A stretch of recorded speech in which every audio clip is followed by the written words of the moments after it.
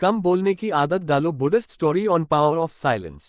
नमस्कार दोस्तों, आज हम आपको एक ऐसी पावर ऑफ साइलेंस की कहानी सुनाने वाले हैं जिनमें आप जानेंगे कि मनुष्य को कम बोलने की आदत क्यों डालनी चाहिए। प्रश्नवाचक चिन्ह। एक व्यक्ति की एक पत्नी थी जो बहुत बोलती थी और वह व्यक्ति उसके ज्यादा बोलने से बहुत परेशान था। वह व्यक्ति को पता चला कि जंगल में एक महात्मा आए हुए हैं, तो वह अपनी पत्नी को उनके पास लेकर जाता है और कहता है कि हे मुनिवर, कृपा करके आप इसे समझाए। ये बहुत बोलती है, मेरे मना करने के बाद भी दिन भर इसका मुंह चलता ही रहता है। मैं इसे कितना भी समझता हूं कि कम बोला कर, चुप रहना सीख, लेकिन सुनती ही नहीं और हर बार इसकी वजह से लड़ाई होती है। महात्मा मुस्कुराए और बोले, मैं तुम्हें इस बात को एक कहानी की मदद से समझता हूं। मेरा गुरु का एक शिष्य था जो बहुत बोलता था। वह हर समय इधर उधर की बातें करता था और कभी शांत नहीं रहता था। जब वह दान लेने के लिए जाता तो हर घर से एक नई कहानी लेकर आता और आश्रम के दूसरे शिष्यों को सुनाता और एक शिष्य की दूसरे शिष्य से बुराई करता, चुगली और दूसरों के सामने अच्छा बनने का प्रयास करता और खुद के मुंह की तारीफ करता रहता और हमेशा खुद को गुरु के सामने सबसे बुद्धिमान और उत्तम साबित करने का प्रयास करता। वह खुद को सभी शिष्य से बड़ा मानता था। उसका कहना था कि मैं एक अमीर घर का बालक, अगर मैं चाहता तो एक आरामदायक और सुविधाओं से भरा जीवन जी सकता, लेकिन मैं वह सब छोड़कर यहाँ आ गया क्योंकि मुझे खोज करना, खुद को जानना है, जीवन को जानना है। एक दिन गुरु ने आश्रम के सभी शिष्यों को बुलाकर कहा, आप सभी को अगले 1 महीने के लिए कोई न कोई संकल्प लेना होगा। इससे आपकी संकल्प शक्ति मजबूत होगी और आप में आत्मशक्ति का संचार होगा। आप सभी अपने सामर्थ्य के अनुसार कोई भी संकल्प ले सकते हैं और यदि 1 महीने से पूर्व आप में से जिसका भी संकल्प टूट जाएगा तो वह अपनी पुरानी दिनचर्या में वापस आ सकता है। सभी शिष्यों ने अपनी शक्ति के अनुसार संकल्प लिए और गुरु को अपने संकल्प के बारे में बताकर वहां से चले गए। लेकिन वह शिष्य जो खुद सबसे अलग दिखाना चाहता था, वह सीधे गुरु की कुटिया में पहुंच गया और बोला, मैं कोई छोटा मोटा संकल्प नहीं लेना चाहता, बल्कि खुद की ही जैसे एक और महान संकल्प लेना चाहता हूँ। कृपया आप ही बताएं मुझे क्या संकल्प लेना चाहिए। उसकी यह बात सुनकर गुरु मुस्कुराए बोले, क्या तुम मेरे द्वारा दिए संकल्प को पूरा कर पाओगे? क्या तुम्हारे लिए उसे पूरा करना संभव होगा? शायद नहीं, वह तुम्हारे लिए संभव नहीं है, तुम उसे पूरा नहीं कर पाओगे। इसीलिए तुम खुद के लिए ही कोई संकल्प ढूंढो। शिष्य ने कहा, आप जो भी संकल्प मुझे देंगे मैं जरूर उसे पूरा करूंगा। गुरु ने कहा, ठीक है, तो तुम अगले 1 महीने तक चुप रहो, मुंह से एक भी शब्द भी नहीं निकलोगे। यही है तुम्हारा संकल्प है। शिष्य ने कहा, गुरुदेव, ये भी कोई संकल्प है? ये तो बहुत ही आसान है। आप कोई और संकल्प दीजिए जो मेरी योग्यता के बराबर हो। गुरु ने कहा, पहले तो तुम इस संकल्प को तो पूरा करके दिखाओ। शिष्य ने गुरु की बात मान ली और वह उसी समय चुप हो गया और पलटकर कुटिया से बाहर चला गया। उसे चुप रहना बहुत आसान लग रहा था। उसने एक दिन तो जैसे तैसे चुप रहकर काट लिया, लेकिन दूसरे दिन से उसके मन में ना बोलने का बोझ बढ़ाने लगा और तीसरे दिन उसे भारीपन महसूस होने लगा और चौथे दिन उसके अंदर एक अजीब सी बेचैनी होने लगी, क्योंकि आसपास आश्रम के सभी शिष्य एक दूसरे से बातें कर रहे थे। वह भी अपना पक्ष उनके सामने रखना चाहता था क्योंकि वह उनकी बोलती बंद कर देना चाहता था, लेकिन उसका संकल्प उसके आगे आ रहा था, इसीलिए वह पूरे दिन सिर्फ और सिर्फ आंखें बनाता। इसी तरीके से कुछ दिन और बीते और वह शिष्य बीमार पड़ गया।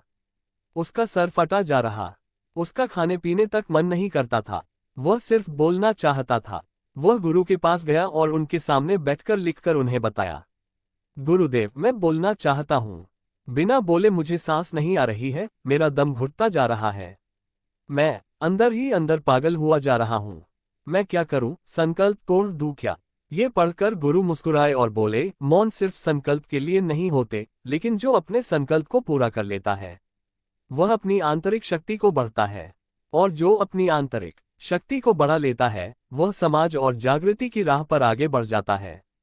संकल्प का लेना भी तुम्हारे हाथ में था और इसे तोड़ना भी तुम्हारे हाथ में है। तुम्हारे बहुत से भाई अपने संकल्प को तोड़कर अपनी पुरानी दिनचर्या पर वापस आ चुके हैं।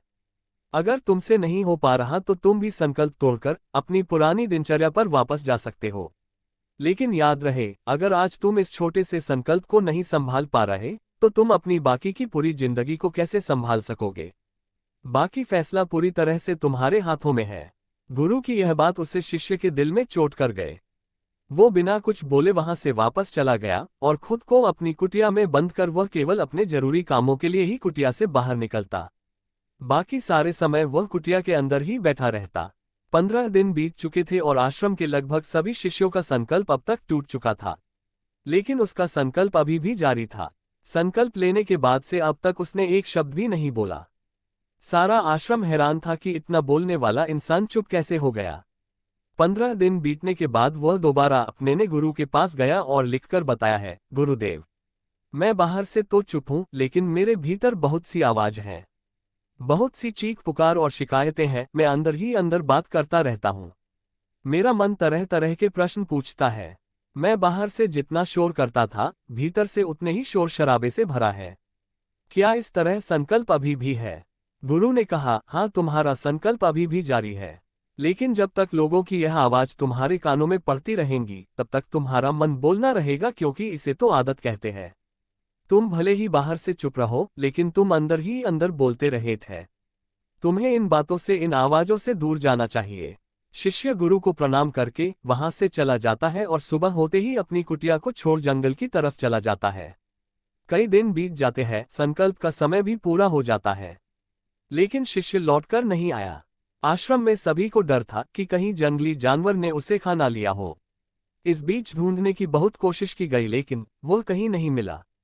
गुरु भाइयों ने मान लिया था कि जंगली जानवरों ने उसे अपना शिकार बना लिया है, लेकिन गुरु को ऐसा नहीं लग रहा था। एक दिन आश्रम का एक अन्य शिष्य गुरु के पास आया और बोला, गुरुदेव, हमारे उस अधिक बोलने वाले भाई के साथ क्या हुआ होगा? क्या जानवर ने उसे मार दिया होगा? गुरु ने कहा, हो सकता है कि जानवरों ने उसे अपना शिकार बना लिया हो, लेकिन उसके न लौटने की एक दूसरी वजह भी हो सकती है कि शायद उसे वह मिल गया है जिसके लिए वह गया था। फिर शिष्य ने पूछा, गुरु, इतना हानिकारक होता है? गुरु ने कहा, इंसान के जीवन के बहुत सारे दुखों में से एक दुख ये भी है कि वह कभी चुप नहीं रह सकता। हमेशा कुछ ना कुछ बोलना ही रहता है। सिर्फ हमारे बोलने के कारण हमारे आधे से ज्यादा दुख पैदा होते हैं। हम में से कोई भी चुप नहीं रहना चाहते। हम बस सामने वाले को सुना देना चाहते हैं। जो भी हमारे मन में है सब निकालकर उसके मन में बैठा देना चाहते हैं, उसे समझा देना चाहते हैं कि देख, तू गलत है और मैं सही। इस तरीके से सुनाने और सुनने का ये काम जिंदगी भर चलता रहता है। लेकिन नासमझ में हम अपना समय, अपना जीवन, अपनी समझ और सबसे महत्वपूर्ण और कीमती पल जो खो देते हैं, जिनको अनुभव किया जा सकता है, जिनमें आनंद को प्राप्त किया जा सकता है, ये सब खो देते हैं। लेकिन इसके बदले हमें मिलता क्या है? कुछ सब व्यर्थ और बर्बाद हो जाता है। शिष्य ने पूछा, तो फिर इसका समाधान क्या है? गुरु ने कहा, पूरी जागरूकता के साथ अपने विचारों को देखना यही एकमात्र तरीका है।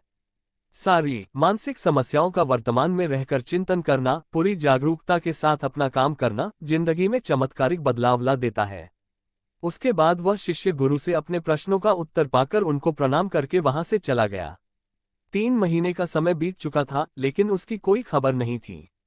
अब तक तो सभी गुरु भाइयों ने भी उसके वापस लौटने की उम्मीद छोड़ दी थी, लेकिन एक दिन वह आश्रम लौट आता है। लेकिन अब यहां से गया था, वह कुछ और ही बनकर वापस आया था। उसके अंदर एक गजब का बदलाव महसूस किया जा सकता था। उसके चेहरे पर एक गजब का ठहराव और आंखों में बनी शांति थी। आश्रम में आते ही सभी गुरु भाइयों ने उसे चारों तरफ से घेर लिया और बातें करने लग गए। वह भी अपने गुरु भाइयों से बातें करने लगा।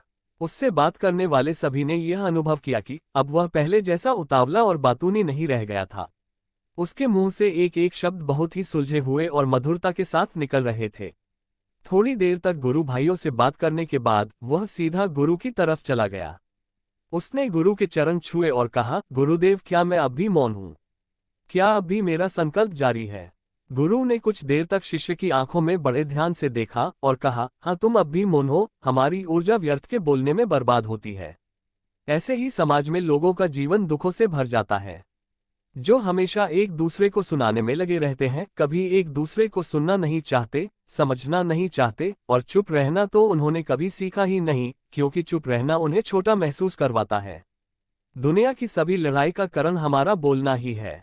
इसलिए हम सिर्फ उतना ही बोलना चाहिए जितना जरूरी हो, क्योंकि व्यर्थ का बोलना ऊर्जा को नष्ट करना है, और यह बोलना ही हमें कभी अपने भीतर की ओर लौटने नहीं देता, क्योंकि यह हमें बाहर की ओर खींच कर रखता है, और बाहर है ही क्या इस संसार के अलावा। लेकिन अगर अपने भीतर के संसार की ओर मोड़ना है तो इस मुंह को बंद ही रखना चाहिए। इसीलिए जितने भी बुद्ध हुए, आत्मज्ञानी हुए, वह सभी एकांत की ओर भागे ताकि उन्हें ज्यादा ना बोलना पड़े, ज्यादा सुनना ना पड़े। वह एकांत में रहे और शांत रहे, इसीलिए आसानी से भीतर की यात्रा कर पाए। लेकिन अगर कोई चाहे तो इस संसार में रहकर भी एकांत में रह सकता है, शांत रह सकता है। लेकिन इसके लिए उन्हें अपनी ऊर्जा बचानी होगी, जिसे वह अब तक अपने व्यर्थ के शब्दों में बर्बाद कर रहे थे। दोस्तों, इस कहानी की सीख यही है कि व्यर्थ का बोलना ऊर्जा को नष्ट करना है। ज्यादा और व्यर्थ बोलना ही हमें अपने भीतर की ओर लौटने नहीं देता, क्योंकि ये हमें बाहर की ओर झुकाए रखना है, और जिन्हें भीतर की यात्रा करनी है उन्हें अपने मुंह को बंद ही रखना चाहिए। मुझे उम्मीद है कि आपको ये Buddhist story on power of silence कहानी पसंद आई होगी और काफी कुछ सीखने को मिला होगा। कहानी के बारे में अपने विचार आप हमें नीचे कमेंट बॉक्स में कमेंट करके बता सकते हैं। धन्यवाद दोस्तों।